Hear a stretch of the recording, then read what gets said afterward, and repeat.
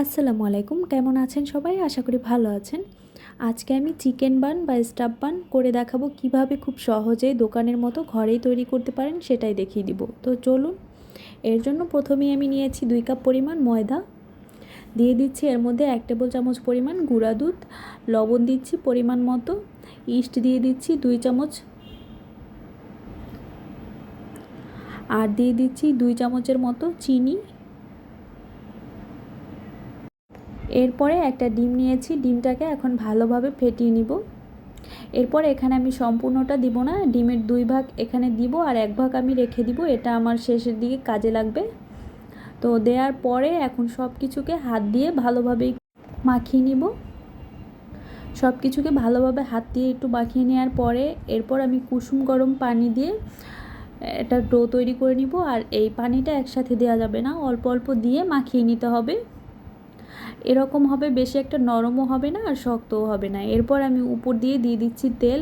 এখানে বেশি করে চারপাশে তেল মেখে নিতে হবে, এতে করে ডোটা অনেক সফট থাকবে, শক্ত হয়ে যাবে না। উপর দিয়ে ঢেকে এটাকে আমি রেখে দিব 1 ঘন্টার জন্য। এর মধ্যে এর ভেতরের যে ফিলিংটা সেটা রেডি করব। এর জন্য এখানে আমি 1 কাপ পরিমাণ পেঁয়াজ কুচি করে নিয়েছি। এরপর পেঁয়াজটাকে নেড়েচেড়ে হালকা ভেজে নিব, এটাকে বেশি কালার করে ভাজার দরকার নেই।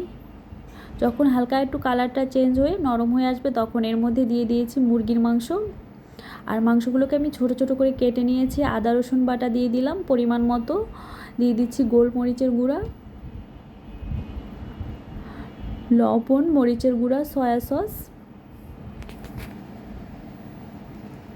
সব কিছুকে দিয়ে নেড়েচেড়ে চিকেনটাকে একটু কিছুক্ষণ রান্না করে নিব। আর চিকেনের মধ্য থেকে কিন্তু অনেকটা পানি বের হয়েছিল, সেটা যখন শুকিয়ে এসেছে তারপর এর মধ্যে দিয়ে দিচ্ছি 2 চামচের মতো ময়দা। ময়দাটা দিয়ে এখন হালকা একটু ময়দাটা ভেজে নিব।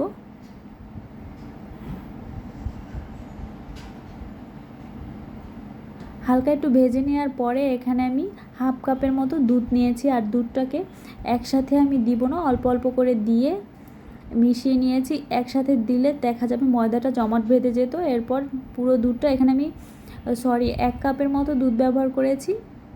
দুধটা দেওয়ার পরে এখন আমি কিছুক্ষণ এটাকে রান্না করব ঘন হয়ে আসা পর্যন্ত। আর উপর দিয়ে আমি একটু শুকনো মরিচের গুঁড়া দিয়েছি। তো 1 ঘন্টা পরে কিন্তু আমার ডোটাও কিন্তু অনেকটা ফুলে রেডি হয়ে গিয়েছে। এরপরে হাত দিয়ে এটাকে একটু মথে নিয়েছি, ময়দা ছিটিয়ে এটাকে আমি বেলে নিব।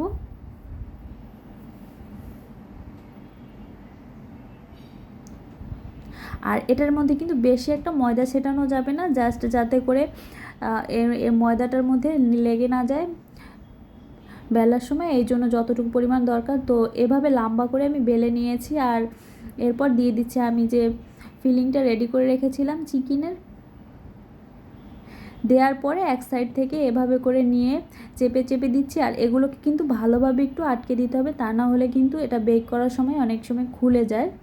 তো আর এটা আসলে দেখে বলার মতো কিছু নেই, দেখেই বুঝতে হবে আমি কীরকম করে করছি। আর এটাকে আমি একটু পানি দিয়ে আটকে নিচ্ছি যাতে করে খুলে না যায়। উপরে একটু পানি লাগিয়ে নিচ্ছি। আমি একটা পিজা কাটারের সাহায্যে এক সাইডটা এভাবে করে লম্বা লম্বা করে কেটে নিয়েছি।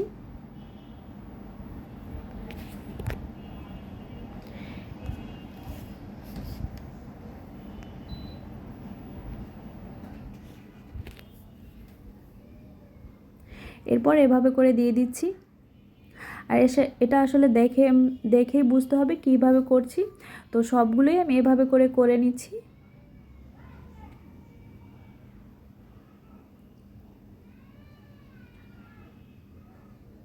তো এখানে আমার 4টা হয়েছে 2 কাপ ময়দাতে, আর আমি একটু বড় বড় করেই বানিয়েছি। এরপর এটাকে আমি 10 মিনিটের জন্য ঢেকে রেখে দিব। এরপর দিয়ে দিচ্ছি এর উপরে আমি যে বাকি ডিমটা রেখেছিলাম সেটা ব্রাশ করে দিয়ে দিচ্ছি, এতে করে ওভেনে বেক করার সময় সুন্দর একটা কালার আসবে। আর এটাকে কিন্তু অবশ্যই ট্রের মধ্যে তেল মেখে নিতে হবে, তা না হলে কিন্তু ব্রেডটা উঠানোর সময় উঠবে না। এরপর ওভেনে আমি এটাকে বেক করে নিয়েছি 20 মিনিটের মতো। তো বের করে এরপরে এর উপর দিয়ে আমি একটু বাটার দিয়ে দিচ্ছি, এতে করে সুন্দর একটা গন্ধ আসবে। এর সাথে সাথে এর উপরটা কিন্তু অনেকটা সফট হয়ে আসবে, খেতেও ভালো লাগবে। আপনারা চাইলে তেলও দিতে পারেন।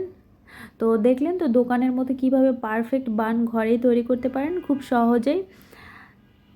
আর এটা কিন্তু চুলায় করা যাবে, টেস্ট কিন্তু একই থাকবে, তবে কালারটা একটু চুলায় কম আসবে। তো আমার ব্রেডগুলো কিন্তু তৈরি হয়ে গিয়েছে। এর ভেতরটাও দেখিয়ে দিচ্ছি আমি একটা ভেঙে, কতটা সুন্দর হয়েছে। এটা খেতেও কিন্তু অসম্ভব মজার হয়েছে। তো ভালো থাকবেন আর বাসায় ট্রাই করবেন।